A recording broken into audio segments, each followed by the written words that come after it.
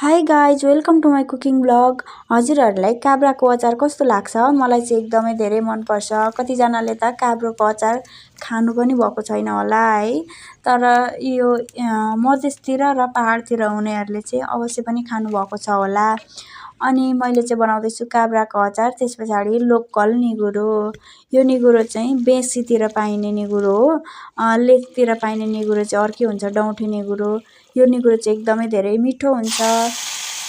त्यस पछाडि मैले कालो दाल बसाएँ अनि निगुरोलाई ओइरिदिएँ।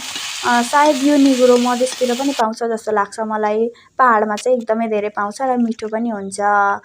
अनि यो काब्राको अचार यो प्राय हिमाली भेगतिर पाइँदैन होला जस्तो लाग्छ मलाई चाहिँ। यदि म गलत रहेछु भने आइ एम सो सरी। अनि फेरि कतिजना चाहिँ हातले मोल्दाखेरि घिनाउनुहुन्छ के। अब आफ्नै हातले मोल्ने हो, खाने पनि आफैले हो, किन घिनाउने हो र होइन। मलाई चाहिँ एकदमै धेरै मनपर्छ।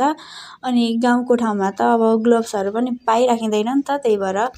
त्यस पछाडि मैले धनियाँ सरर पारेर छर्किदिएँ। अनि त्यस पछाडि कालो दाल पनि मेरो पाकेर रेडी भयो।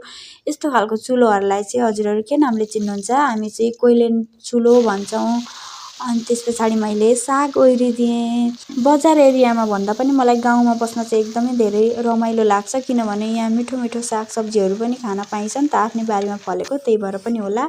हेर्दा हेर्दै मेरो खाना पाकेर पनि रेडी भयो। Thanks for watching everyone.